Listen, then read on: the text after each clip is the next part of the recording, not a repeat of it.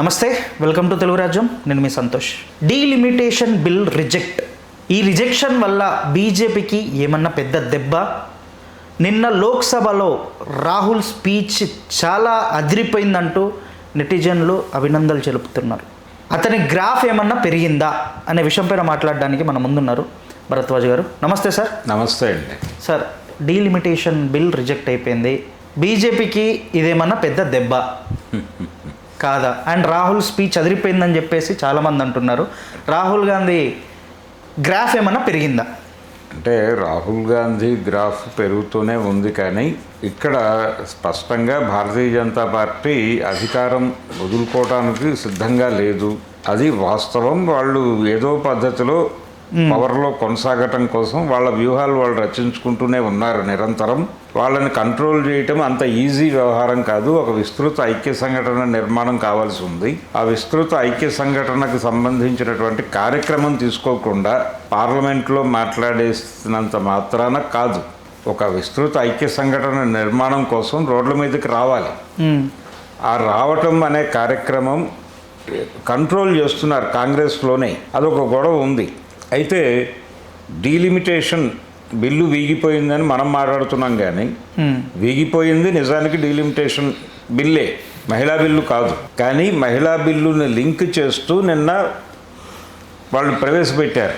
దాని వెనకాల వాళ్ళ వ్యూహం ఏమిటి? ఇది ఒకవేళ వీగిపోతే ప్రతిపక్ష పార్టీలన్నీ కూడా మహిళా రిజర్వేషన్ బిల్లు పట్ల వ్యతిరేకంగా ఉన్నారు అనే నేరేటివ్ని జనాల బుర్రల్లోకి పంపు చేయాలి. ఇది ప్రోగ్రాం. ఈ కుట్రలో భాగంగా మూడింటిని కలిపి పెట్టారు. ఈ మూడింటిని కలిపి పెట్టడం వెనకాల వాళ్ళ కుట్ర అర్థమై దీనికంటే ముందే ప్రెస్ మీట్లు పెట్టి మరీ చెప్పారు, అయ్యా మేము మహిళా బిల్లుకు వ్యతిరేకం కాదు, మేము వ్యతిరేకిస్తోంది డీలిమిటేషన్ మాత్రమే. డీలిమిటేషన్ కమిషన్ కావచ్చు, బిల్లు కావచ్చు, ఆ రెండింటినీ వ్యతిరేకిస్తున్నాం తప్ప మహిళా రిజర్వేషన్ బిల్లుని కాదు. కానీ మీరు కుట్రపూరితంగా మూడింటిని లింక్ చేసి పెట్టడం ద్వారా దీన్ని కాదంటే దాన్ని కాదన్నామని ప్రపంచానికి చెప్పడానికి మీరు ఇవన్నీ కలిపారు. ఈ కుట్రలు మేము గమనిస్తూనే ఉన్నాం అని చెప్పి ప్రతిపక్షాలు సీరియస్గానే దాడి చేసినాయి. సరే, ఫైనల్గా మేము గెలవగలం అనుకున్నారు, వాళ్ళు గెలవలేకపోయారు, అయిపోయింది. ఎందుకు భయపడుతున్నారు అంటే, ఎందుకు దీని పట్ల వ్యతిరేకత, డీలిమిటేషన్ గురించి ఎందుకు భయపడుతోంది సౌత్ ఇండియా, దక్షిణాది ఎందుకు భయపడుతోంది డీలిమిటేషన్కి, ఎందుకు అభ్యంతరాలు చెప్తున్నారు అంటే, చాలా స్పష్టంగా పరిపాలనకు సంబంధించిన వ్యవహారాలన్నీ మొదటి నుంచి కూడా కేంద్ర ప్రభుత్వ నిర్వహణ అంతా కూడా ఉత్తరాది నుంచే వస్తున్నారు నాయకులందరూ. దక్షిణాది వెనకాల భోగిలాగా నడుస్తోంది. రైలుకి వెనకాల భోగీలు ఇంజన్తో పాటు ఇంజన్ ఎట్లాకెళ్తే అటు వెళ్ళినట్టు వెళ్తున్నారు. వీళ్ళ ప్రాధాన్యతలు, వీళ్ళ జీవితాల్లో రావాల్సిన మార్పులు, వీళ్ళకి అందాల్సిన అభివృద్ధి ఫలాలు ఈ పద్ధతిలో చూడటం అనేది జరగటం లేదు. కేంద్రం సవతి తల్లి ప్రేమ చూపిస్తోంది రాష్ట్రాల మీద అని చాలా రాష్ట్ర ప్రభుత్వాలు గతంలో కేంద్ర ప్రభుత్వాల్లో ఎవరు అధికారంలో ఉన్నా దాడి చేశారు. ఎన్టీ రామారావు గారు తెలుగువాడి ఆత్మగౌరవాన్ని ఢిల్లీ నడివీధుల్లో అమ్మేస్తున్న కాంగ్రెస్ అని మాట్లాడాడు ఆ రోజున. కాబట్టి ఈ కేంద్రపు వాళ్ళ దీనికి గండి కొట్టాలి అని నేషనల్ ఫ్రంట్ పెట్టాడు ఆయన. అంటే అప్పుడు భారతీయ జనతా పార్టీ ఒక ప్రపోజల్ చేసింది ఎన్టీఆర్కి, మీరు కాంగ్రెస్ వ్యతిరేకి, మేము కాంగ్రెస్ వ్యతిరేకి, మనం కలిసి పని చేయొచ్చు కదా. అయితే నాది కాంగ్రెస్ వ్యతిరేకత ఉన్నమాట వాస్తవమే, కానీ నేను దాన్ని పక్కకి తొయ్యటం అనేది ఒకటే ప్రోగ్రాం కాదు. జాతీయ పార్టీలు కేంద్రంలో అధికారంలోకి రాకుండా ప్రాంతీయ పార్టీల కూటమి అధికారంలోకి వస్తే బాగుంటుందని అనుకుంటున్నాను నేను. అప్పుడు ఫెడరలిజం బతుకుతుంది ఈ దేశంలో. అందుకని నేను ప్రాంతీయ పార్టీల కూటమిని అధికారంలోకి తీసుకురావాలని ప్రయత్నం చేస్తున్నా ఢిల్లీలో. అందుకని నేషనల్ ఫ్రంట్ అంటున్నాను నేను అని చెప్పాడు ఆయన స్పష్టంగా. అద్వానీ గారు వెళ్ళిపోయాడు. ఆ రోజు డిస్కషన్కి వచ్చింది వారే. అలా ఒక క్లారిటీ ఉన్నటువంటి నాయకులు ఎందుకు వచ్చారు ఇక్కడ అంటే, ఎందుకు స్పష్టంగా మాట్లాడేవాళ్ళు, ఈ పెయిన్ ఉంది కాబట్టి, ఈ పెయిన్ జనాలు సఫర్ అవుతున్నారు కాబట్టి, ఈ పెయిన్ని కనెక్ట్ చేయగలిగితే జనాలు తమకు అనుకూలంగా ఓట్లేస్తారు కాబట్టి ఇవన్నీ పనిచేసినాయి. అంటే ప్రజల మనసుల్లో దక్షిణ పదానికి అన్యాయం జరుగుతోంది అనే అభిప్రాయం ఉంది బలంగా. అది చాలా సందర్భాల్లో వాళ్ళు వ్యక్తం చేశారు బ్యాలెట్ దగ్గర. ఇప్పుడు ఏం జరుగుతుంది, డీలిమిటేషన్ వలన రెండు పద్ధతుల్లో చేస్తున్నారు వాళ్ళు. చేయాలనుకున్నారు. ఒకటేమో జనాభా ప్రాతిపదికన, పెరిగిన జనాభా ఆధారంగా నియోజకవర్గాల విభజన. అది చేసినా ప్రమాదమే దక్షిణాదికి. అది చేసినా దక్షిణాది సీట్లు పెరగవు. ఎందుకంటే ఇక్కడ కుటుంబ నియంత్రణ సక్రమంగా అమలు జరిగింది దక్షిణాదిలో. ఉత్తరాదిలో అమలు జరగల. అక్కడ విపరీతంగా పుట్టేశారు జనాలు. పుట్టేయటం వలన అక్కడ జనాభాలు పెరిగిపోయినాయి. వాళ్ళ దామాషా ప్రకారం సీట్లు విభజిస్తే ఎక్కువ సీట్లు వస్తాయి. ఇక్కడ జనాభా తక్కువ ఉన్నారు కాబట్టి తక్కువ సీట్లకే పరిమితం కావాల్సి వస్తుంది. అదొక గొడవ. అసలు దీంతో సంబంధం లేకుండా 50% పెంచుతాం ప్రతి చోట అంటున్నాడే. అవును. అది ప్రమాదమే. ఎందుకంటే ఇప్పుడు కేరళలో 20 సీట్లు ఉన్నాయండి, 20 ఎంపీలు.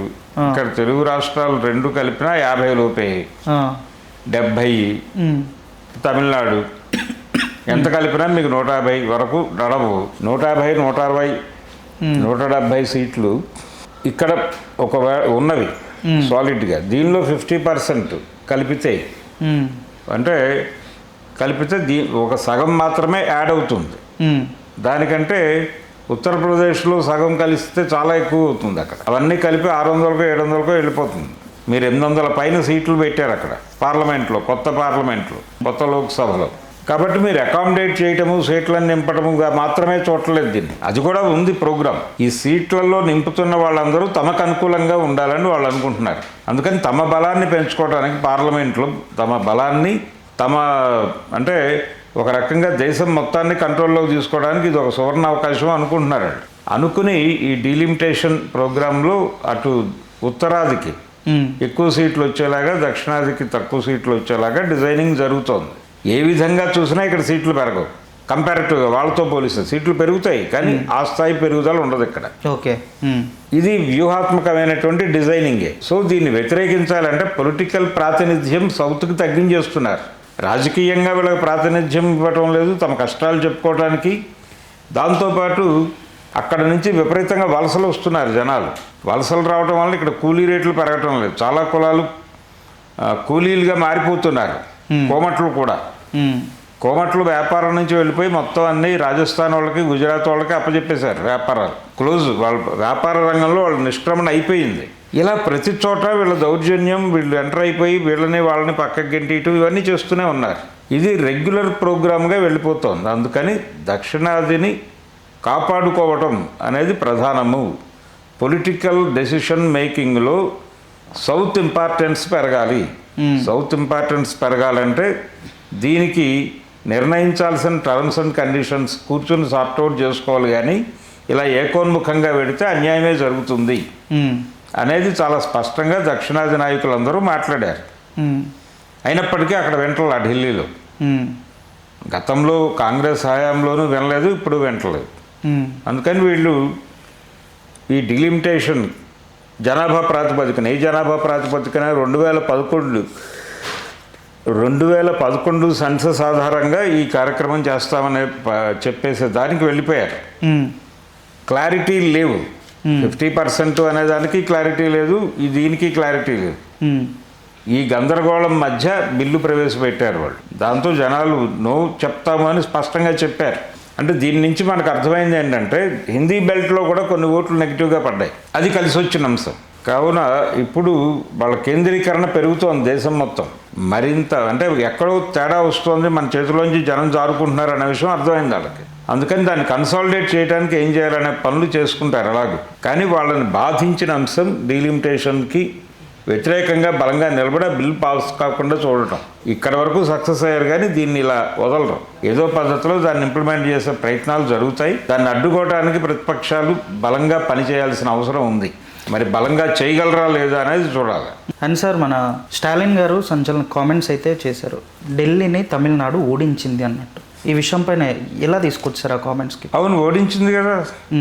ఢిల్లీని సౌత్ ఓడించడం అనేది వాస్తవం. భయపెట్టగలిగారు.